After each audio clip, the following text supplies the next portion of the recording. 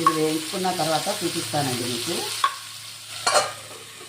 ఇది వేయించిన తర్వాత చూపిస్తాను. ఉల్లిపాయ నలిపాక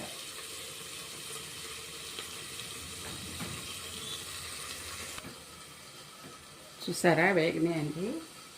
చూద్దాం ఎంతవరకు వచ్చిందో. ఓ సూపర్. ఇలా వేసుకోవాలండి. స్టవ్ బంద్ చేసుకున్నా.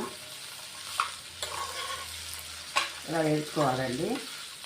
చల్లగా అయిన తర్వాత మిక్సీ పెట్టి కొత్తిమీర, కరివేపాకు, ఉల్లిపాయ, పచ్చిమిరపకాయ, జీలకర్ర కొట్టి వేసాను.